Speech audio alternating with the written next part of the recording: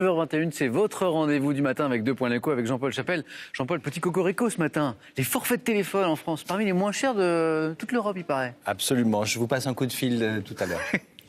2 points l'écho.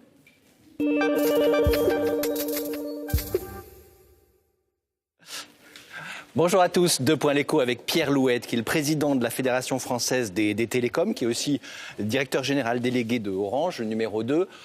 On vient de le dire, cocorico, la France est le pays le moins cher d'Europe pour ses forfaits, mobiles et fixes. C'est vrai ça ? Ben oui, c'est vrai. C'est vrai, et il faut que les Français le réalisent. C'est quand même une chance pour eux et pour nous tous, parce qu'on est tous des consommateurs. Ça fait des années que les prix ont baissé dans le mobile et dans le fixe aussi, sous l'effet d'une hyper-concurrence. Et donc aujourd'hui, voilà, les Français payent par exemple 2,5 fois moins cher un forfait fixe ou mobile que les Américains. Oui, et en Europe, on est les moins chers. Par exemple, pour le mobile, 10 € par mois en moyenne. Voilà, à forfait comparable, hein, on essaie de comparer des volumes de données, des capacités comparables. Tous nos voisins le facturent plus cher. C'est plus cher au Royaume-Uni, c'est plus cher en Allemagne. Pour le fixe, Internet, téléphone, téléphonie, le triple play, comme on disait autrefois, 18 € par mois en moyenne. Oui. Là aussi, c'est la concurrence. Alors, en France, on a mené une politique de concurrence, notamment depuis l'arrivée de Free sur le marché. Il y a 4 opérateurs depuis 5 ans. 4 opérateurs, voilà. 4 opérateurs, donc il y a une 4e licence donnée à un opérateur mobile. Et donc, ça a fait baisser les prix. Voilà. Il s'était peut-être trop élevé avant. Hein, mais on peut vous avez eu des périodes de vaches grasses, il y a eu des périodes où il y avait moins de concurrence, certainement. Il y avait des périodes un peu... Mais tout ça apparaît très loin désormais. On est dans l'hyper-concurrence et dans les prix très bas. Alors, les prix très bas, c'est super, mais il y a quand même 2 revers. Alors, le premier, c'est la qualité. Les plaintes auprès du gendarme des télécoms ont fortement augmenté. 12 600 signalements, alertes en 2 mois, notamment sur la qualité. Écoutez, d'abord, chaque plainte est un problème. Donc chaque plainte est traitée par les opérateurs avec beaucoup de sérieux. En même temps, il y a plus de 70 millions de consommateurs de téléphones d'une façon ou d'une autre en France. Donc c'est beaucoup et c'est pas tant que ça non plus. Mais au fond, c'est pas ça la question. Ce que j'ai envie de... Si c'est votre question. Oui, c'est pas...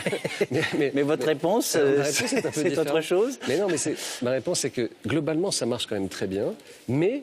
on est devenus tous parfaitement allergiques au moins de problèmes. C'est ça, on est devenus dépendants, on est devenus accros au téléphone mobile partout. On ne supporte pas qu'il y ait une zone blanche, par exemple. C'est une sorte d'hommage qui est rendu au secteur aussi, quand même. C'est tellement important maintenant de pouvoir téléphoner toujours et partout, en toutes circonstances, en mobilité, sur son mobile de chez soi, sur le fixe. Bon, c'est tellement important qu'on ne supporte plus d'être coupé d'une façon ou d'une autre. Vous nous avez rendus accros au portable. Mais vous l'êtes devenus vous-même, c'est-à-dire qu'on est tous devenus comme ça. Et c'est en même temps l'honneur de ce secteur d'essayer d'apporter à tous des solutions. En France, c'est un peu plus compliqué qu'ailleurs. Il faut quand même le rappeler. On est un grand pays, on a une topologie qui est plus compliquée. C'est plus compliqué qu'en Belgique, par exemple. Voilà, pour prendre cet exemple d'un voisin. Donc il y aura des difficultés de temps en temps. On essaie de les résorber, tous les opérateurs, très activement. L'autre revers de la médaille, c'est l'emploi. Les effectifs ont été réduits de 13% en 5 ans. C'est beaucoup. Voilà, si on veut, 3 chiffres qui se situent. On publie avec la Fédération un bilan de 10 ans d'activité de la Fédération et donc des études qui montrent l'évolution de plusieurs grandeurs statistiques depuis 10 ans. Ce qu'il faut retenir, c'est que depuis 10 ans, on a vu le chiffre d'affaires des opérateurs baisser de 20% sur cette période-là, c'est quand même assez considérable. Et par contre, l'investissement augmenté de 40%. Donc, on n'a pas chômé. On a vu aussi, vous le disiez, l'emploi baisser. Pourquoi ? Parce qu'il y a eu une grande crise dans le secteur, dont on sort à peine maintenant, avec cette hyper-concurrence qui a été introduite par Free, qui a joué la carte des prix très bas. Je précise que Free n'est pas membre de la fédération, donc je ne représente pas Free en cet instant, mais Orange, SFR, Bouygues, une quinzaine d'opérateurs. Voilà. Et donc, les Français bénéficient des prix bas. On n'a pas arrêté d'investir. On investit comme des bêtes, pour le dire, pour apporter du mobile et du fixe à tout le monde, dans une situation très compliquée. Alors l'investissement, c'est l'objet de la question qui fâche. Elle vous est posée par Alexandre Phalippou du HuffPost.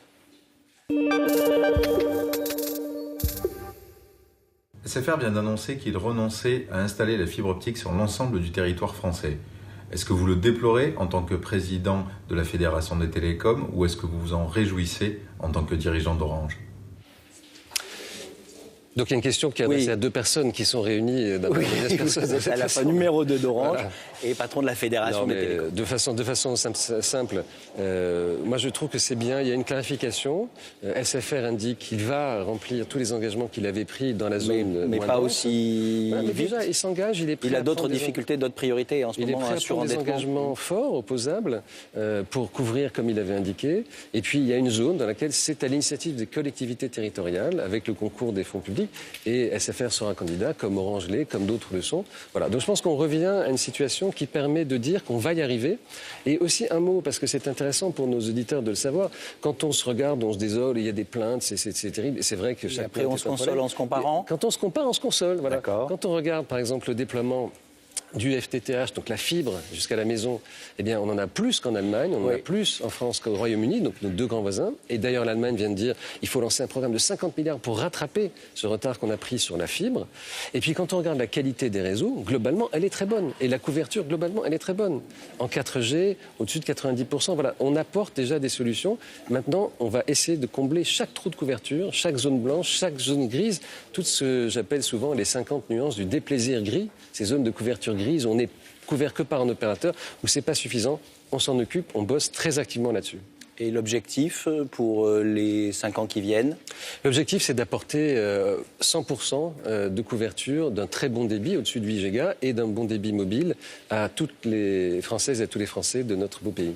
On se quitte en chanson, vous avez choisi, oh surprise, Téléphono de Phoenix. Un clin d'œil, mais une très belle chanson. Merci beaucoup d'avoir été avec nous, très bonne journée à vous tous. Merci.